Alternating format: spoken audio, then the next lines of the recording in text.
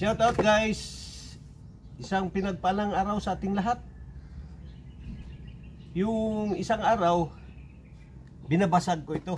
Ito yung binabasag ko. Ngayon, ato ng lugiton. Kunin na natin dito sa bahay niya. Para mabilad, pag matuyo, ibenta na natin. Makapera na si kapobre. Siya nga pala, humihingi na naman ako ng favor sa inyo. Isang like lang at share sa aking mga videos, okay na ako. Okay na ako yun. Okay na sa taong pobre. Manipis, mababaw lang yung buwan ko, yung kaligayahan ko. Di tulad ng iba. Yun lang. Shout out sa lahat ng mga kapwa kong pobre. Isang pinagpalang araw sa ating lahat. Sana pagpalain tayo lahat sa araw-araw natin mga ginagawa. Yun lang.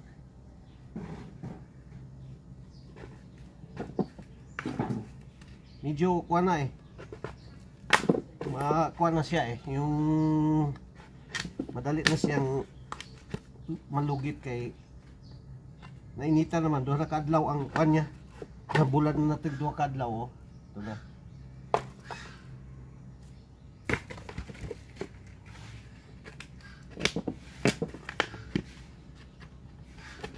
Ito ang buhay ng taga bundok, taga bukid.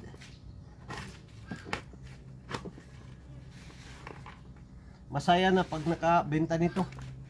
Makainom na tayo ng beer, sabi nila beer. Pero joke lang yun. Dapat sa atin na mga magsasaka, iwasan natin yung laging inom. Masaya tayo pag nakabenta tayo. Naibenta natin yung produkto natin, ibili natin ng beer o inumin na makalasing. Ang ma-advise ko sa inyo guys, wag din yung gawin. Pangit yun.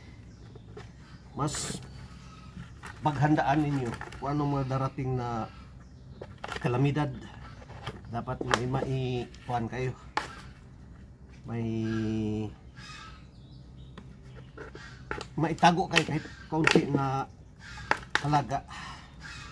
May silid ninyo para kung sakali hindi natin maiwasan mayroong mga kalamidad darating talaga yan sa atin. May maikuan tayo, may makuot tayo. Huwag yung itlog natin na makuot natin o yung hita natin. Mahirap yun. Lalo tayong mapahamak doon. Laging hita yung makuot natin.